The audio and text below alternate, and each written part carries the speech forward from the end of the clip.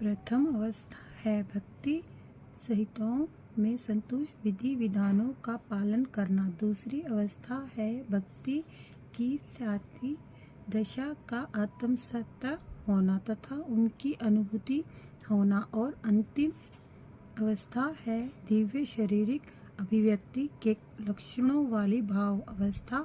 भक्ति की 9 विभिन्न विधियां यथा श्रवण कीर्तन स्मरण इत्यादि इस विधि के शुभारंभ हैं। भगवान की महिमाओं तथा लीलाओं के नियमित पूर्वक श्रवण से शिष्य के हृदय की अशुद्धियां धुलने लगती हैं।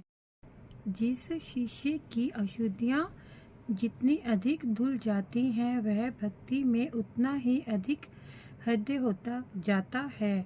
क्रमशः ये भक्ति कार्य एक एक करके स्थिरता हृदय विश्वास स्वाद अनुभूति तथा आत्मसात का रूप धारण कर लेते हैं। क्रमिक विकास की ये विभिन्न अवस्थाएं ईर्ष्या प्रेम को सर्वोच्च अवस्था तक पहुंचा देती है और इस सर्वोच्च अवस्था में भी स्नेह क्रोध तथा अनुराग जैसे अन्य लक्षण पाए जाते हैं। धीरे धीरे विशेष दशाओं में ये महाभाव की दशा को प्राप्त कर लेते हैं जो जीवों में सामान्यतः संभव नहीं है। ये सभी ईश्वर प्रेम के साक्षात रूप श्री चैतन्य महाप्रभु के प्रकट होते थे। श्री चैतन्य महाप्रभु के मुख्य शिष्य श्री रूप गोस्वामी कृत भक्ति रसामृत सिंधु में इन दिव्य लक्षणों का क्रमबद्ध वर्णन हुआ है जो उद्धव जैसे शुद्ध भक्तों द्वारा प्रतिष्ठित किए जाते हैं। हमने भी भक्ति रसमय सिंधु का सार रूप में दी नेक्टर ऑफ डिवोशनल शिल्क से एक अध्याय प्रस्तुत किया है। इस पुस्तक को भक्ति विज्ञान पर अधिक जानकारी हेतु देखा जा सकता है। जय श्री कृष्ण।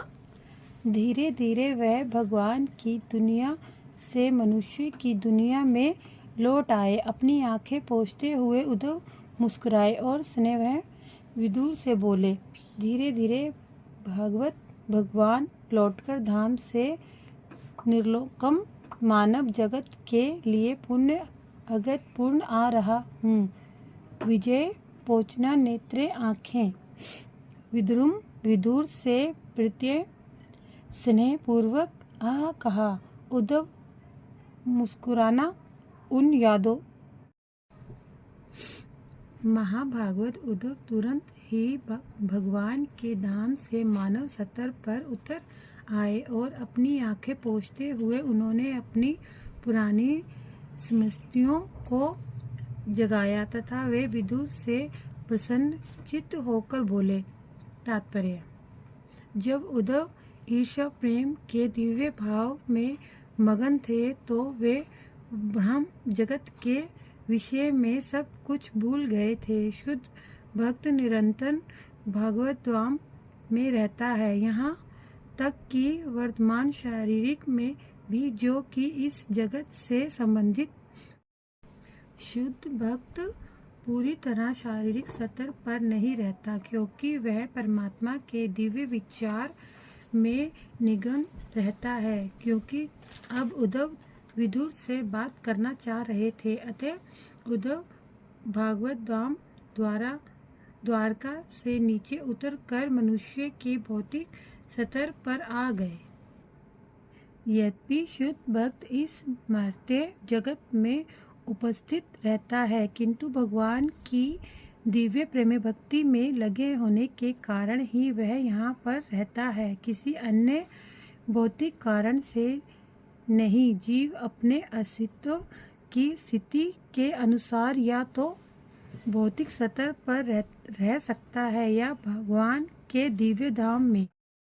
जीव में होने वाले परिस्थितिक परिवर्तनों की व्याख्या भगवान श्री चैतन्य द्वारा श्रील रूप गोस्वामी को दिए गए उपदेशों में चैतन्य चरितमृत में की गई है। समस्त ब्रह्मांडों में सारे जीव अपने कर्म का फल जन्म जन्मांतर भोगते हैं। इनमें से कुछ जीव शुद्ध भक्तों की संगति में आकर रस प्राप्ति के द्वारा भक्ति करने का अवसर प्राप्त कर पाते हैं। यही आस्वाद भक्ति का बीज है और जो इस बीज को प्राप्त करने का परम भाग्यशाली होता है उसे सलाह दी जाती है कि वह अपने हृदय के अनस्थल में इस बीज को बो दे।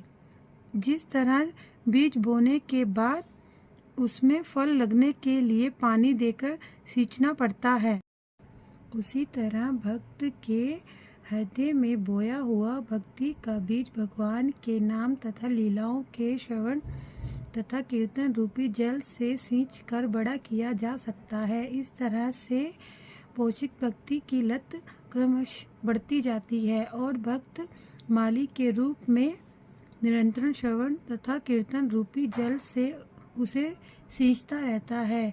यह भक्ति लत धीरे धीरे इतनी ऊंची बढ़ जाती है कि सारे भौतिक ब्रह्मांड को पार करते हुए वह वैकुंठ लोक में पहुंचती है, जहां से आगे बढ़ते हुए वह गोलोक वृंदावन पहुंच जाती है। भक्त रूपी माली मात्र श्रवण तथा कीर्तन द्वारा भगवान की भक्ति करने से भौतिक स्तर पर होते हुए भी भगवान धाम के संपर्क में रहता है। जिस तरह लत किसी अन्य बलवान वृक्ष की शरण लेती है, उसी तरह भक्ति रूपी लत भक्त द्वारा पोषित होकर भगवान के चरण कमलों की शरण ग्रहण करती है और इस तरह स्थिर हो जाती है। जब लत स्थिर हो जाती है तो उसमें फल लग जाता है और तब जिस माली ने इसका पोषण किया था वह प्रेम रूपी फल का आस्वाद कर सकता है और उसका जीवन सफल हो जाता है। उद्धव को यह अवस्था प्राप्त हो गई थी, यह उनके व्यवहार से स्पष्ट है। वे परम धाम पहुंच सकते थे और उसी के साथ साथ इस जगत में भी प्रकट हो सकते थे। जय श्री कृष्ण। अध्याय 2।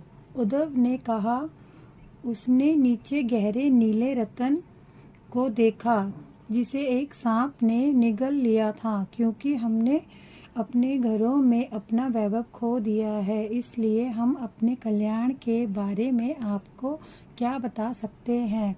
उद्धव श्री उद्धव ने कहा, कृष्ण गुमनी काला सूरज निम्लोच्य सूर्यास्त के समय गिनुष निगला जा रहा है।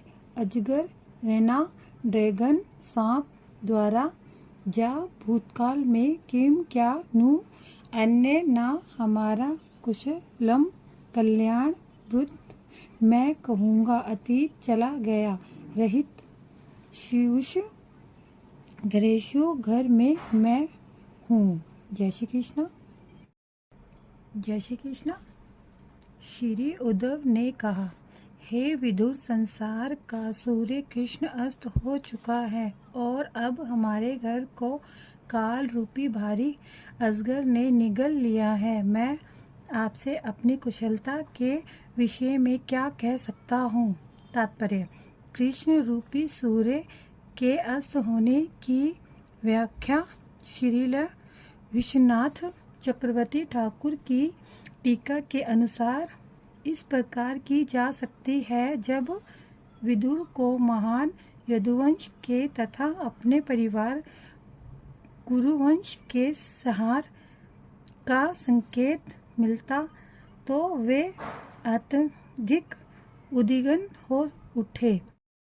उद्धव विदुर के शौक को समझ गए, अतः उन्होंने सर्वप्रथम यह कहकर कि सूर्य के अस्त होने पर सारे लोग अंधकार में हैं, स्वदेना प्रकट करनी चाहिए, क्योंकि सारा जगत शौक के अंधकार में डूबा था। अतः ना तो विदुर, ना उद्धव, ना ही अन्य कोई प्रसन्न रह सकता था। विदुर जितने ही उद्धव भी दुखी थे, अतः उनके कुशल क्षेम के विषय में इसके अधिक कहने के लिए उनके पास कुछ ना था। सूर्य से कृष्ण की तुलना उपयुक्त है। सूर्य के अस्त होते ही अंधकार स्वतः छा जाता है, किंतु सामान्य व्यक्ति द्वारा अनुभव किया गया अंधकार सूर्य को प्रभावित नहीं करता, चाहे समय सूर्योदय का हो या सूर्यास्त का।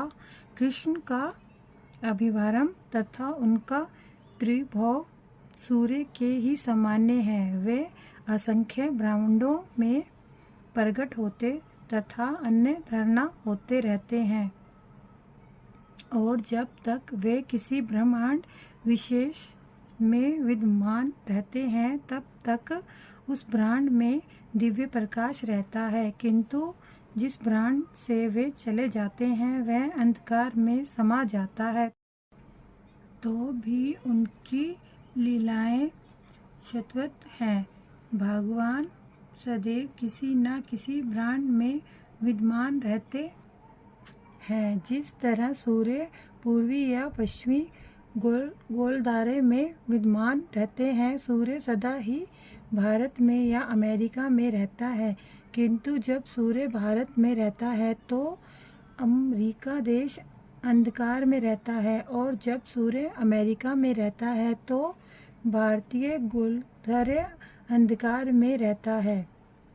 जिस तरह सूर्य प्रातःकाल उदय होता है और क्रमशः मध्याकाश में पहुंचता है, तात्पर्य किसी गोलचर्य में अस्त होकर उसी के साथ किसी अन्य गोलधारे में उदय होता है, उसी तरह किसी एक ब्रह्मांड से भगवान कृष्ण के अंतर्धान होने के साथ ही अन्य ब्रह्मांड में उनकी विभिन्न लीलाओं का शुभारंभ होना है। जो ही यहाँ कोई एक लीला समाप्त हो जाती है त्यों ही वह अन्य ब्रह्मांड में प्रकट होती है। इस तरह उनकी नित्य लीलाएं निरंतर चलती रहती हैं। जिस तरह सूर्योदय 24 घंटों में एक बार होता है, उसी तरह एक ब्रह्मांड में एक कृष्ण की लीलाएं ब्रह्मांड के एक दिन में संपन्न होती हैं। भागवत गीता में ब्रह्मांड के लिए एक दिन का विवरण 100 वर्ष दिया गया है, किंतु भगवान जहाँ भी उपस्थित रहते हैं उनकी समस्त विविध लीलाएं नियमित अंतराल पर होती रहती हैं, जैसे कि शास्त्रों में बतलाया गया है। सूर्यास्त के समय सपर प्रबल हो उठते हैं, चोरों के प्रोत्साहन मिलता है, भूत प्रेत सक्रिय हो उठते हैं, कमल मलान हो जाते हैं तथा चक्रवाकी विलाप करने लगती है। उसी तरह भगवान कृष्ण के त्रिभुव से नास्तिक प्रफुल्लित होते हैं और भक्तगण दुखी होते हैं। यह संसार यादवों के लिए भी कितना अभाग्य है। जिस प्रकार मछलियाँ चंद्रमा को नहीं पहचानती, उसी प्रकार जो लोग यहाँ रहते हैं वे भगवान को नहीं पहचानते।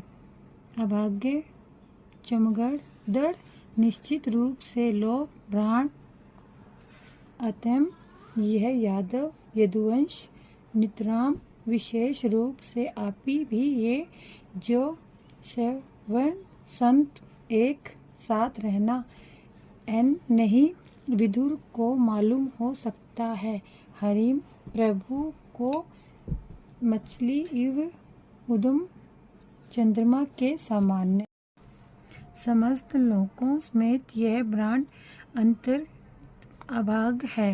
युद्धकल के समस्त को उनसे भी बढ़कर अभागे हैं, क्योंकि वे श्री हरि को भगवान के रूप में नहीं पहचान पाए, जिस तरह मछलियाँ चंद्रमा को नहीं पहचान पाती। तात्पर्य: उद्धव इस संसार के उन अभागे लोगों के प्रति शोक व्यक्त कर रहे थे जो भगवान कृष्ण के समस्त दिव्य सद्गुणों को देखते हुए भी उन्हें नहीं पहचान पाते। राजा कंस के बंदीघर के सिक्कों के भीतर उनके प्रगटच से लेकर उनकी मौसम लीला तक मूर्ख लोग यह नहीं समझ पाए कि वे भगवान थे। यद्यपि उन्होंने भगवान के रूप में अपना शौर्य, वीर्य, धन, बल, यश, सौंदर्य, ज्ञान तथा त्याग प्रदर्शित किया था, मूर्ख लोगों ने उन्हें एक अद्वितीय ऐतिहासिक व्यक्ति के रूप में समझा होगा, क्योंकि भगवान से उनका घनिष्ठ संपर्क नहीं था, किंतु उनसे भी अधिक अभागे भगवान के पारिवारिक सदस्य यदुवंशी थे, जो भगवान के संग में सदैव रहते हुए भी उन्हें पूर्ण पुरुषोत्तम भगवान के रूप में नहीं पहचान पाए। उद्धव ने अपने भाग्य पर भी शोक व्यक्त किया, क्योंकि कृष्ण को पूर्ण पुरुषोत्तम भगवान के रूप में जानते हुए भी वे अवसर का लाभ भगवान की भक्ति करने में नहीं उठा पाए। उन्होंने स्वयं समेत सबों के भाग्य पर खेद प्रकट किया। भगवान का शुद्ध भक्त अपने को सर्वाधिक अभागा सोचता है। ऐसा भगवत प्रेम की अधिकता के कारण होता है और यह विरह की दिव्य अनुभूतियों में से एक है।